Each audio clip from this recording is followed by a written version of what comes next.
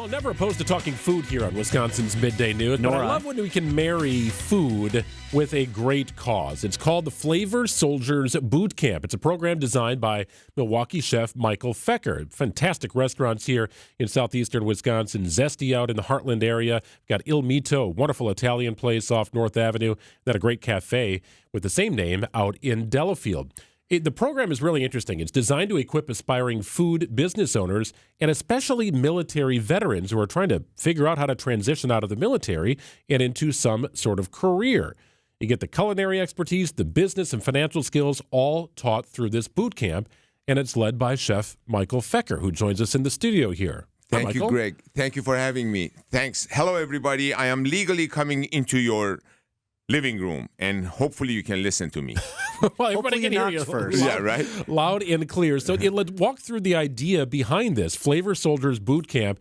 What are some of the features, and why is this so meaningful to you? I tell you something, Greg. Actually, during COVID, because of lack of help, I was thinking to myself, what group of employees or team members better than the veterans? They have commitment to task. They understand timing.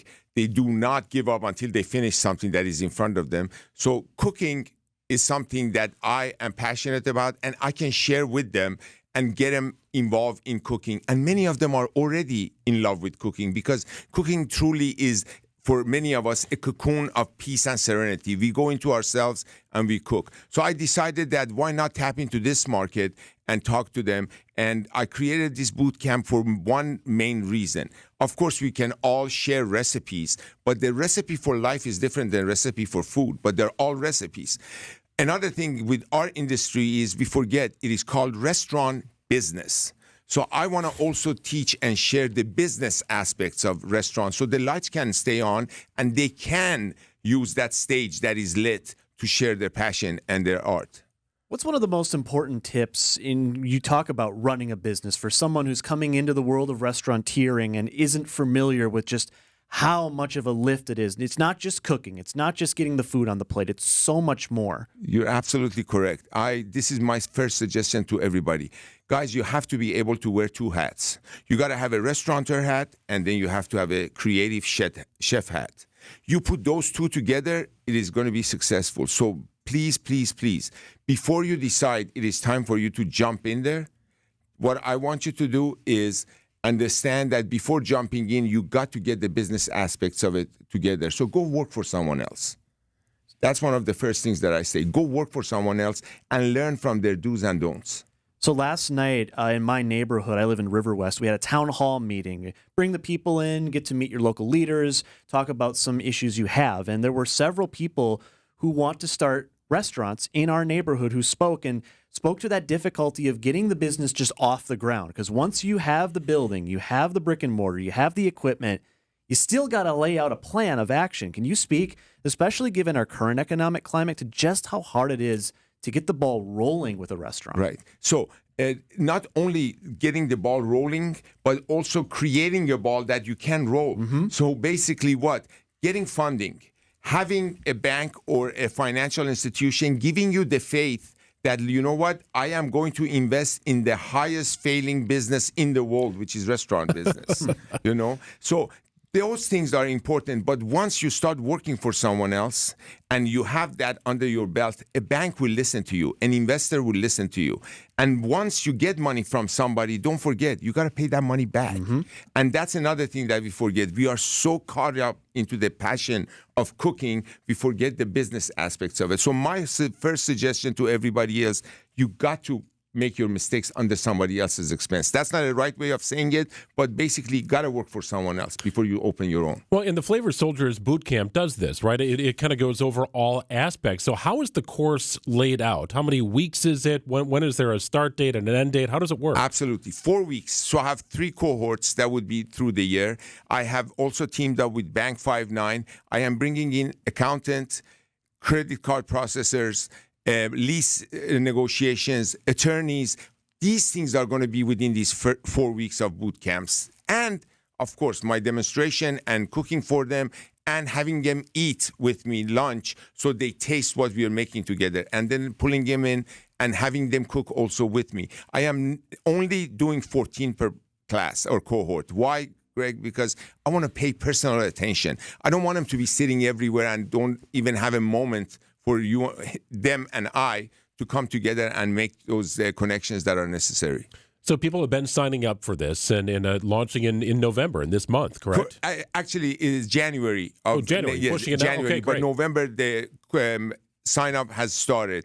And the form is on cheffeker.com, and you will see it. You can download it and fill it up, and then you will be hopefully one of the students with me during this boot camp. And it's not only for veterans, we should point out, but it is kind of an interesting opportunity. I'd like the name, too, Flavor Soldiers Boot Camp. Yeah. But this can be anybody looking to transition careers, just trying to start something new or are fascinated by the business. Absolutely. Or for those that have already worked for someone else, understand the business aspects of it, but they need guidance how to use those business understandings in a big way on their own now. Because remember, when you're working for someone else, you don't have to worry about whether there's sufficient amount of funds in that bank so that the check doesn't bounce. Once you start working for yourself, that's a totally different thing. You have to worry about those things.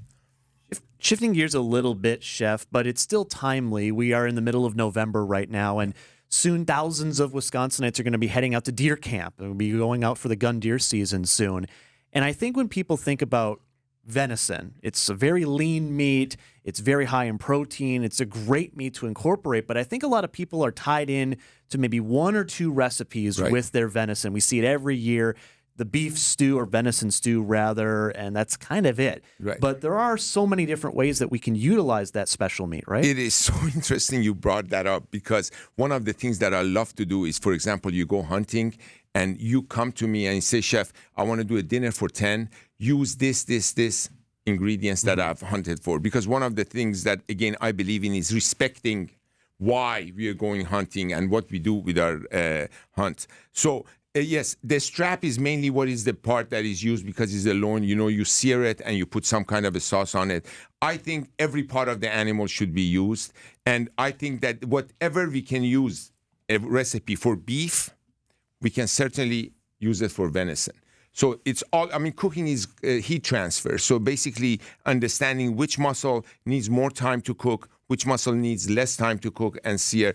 I have a huge recipe, again, on cheffeker.com just for hunts, and fish, compound butters, those kind of things that we do. One of my favorite things for venison is a nice compound butter of chipotle, a little bit of cumin, going to Mexico, basically, cilantro, and you take this butter, you make it in advance, and you have it in your freezer. Once you're doing the strap, you remove the strap, let it rest. In 2 minutes, you add that butter and a tablespoon of wine, and you have a wine compound butter sauce for your fantastic venison. Meal prep. Yeah, totally. Easy to do, though, That's the whole thing. That's why a lot of times we go hunting, a lot of things are still in the freezer, and it was 3 years ago that you brought it in. You always make it sound so easy. You know that? It is. I remember watching one of your pasta demonstrations up in Kohler for the food and wine event. I was like, it's so easy. And then I went back home and I had flour all over the house. But I like to try. I definitely like to try. That's all we do. Got a great website here, cheffeker.com. That's Chef Feker, Feker, the Flavor Soldiers Boot Camp. So interesting. If you're looking to transition careers, maybe you are a veteran who is trying to figure out what to do now after your time in service is up. It's a really interesting opportunity. And also check out his wonderful restaurants. Have a great weekend. Thanks for joining us, and thank you for doing this. Thank you for having me. Great to have you in studio, Chef Michael Feker. It's 1:27 news coming up.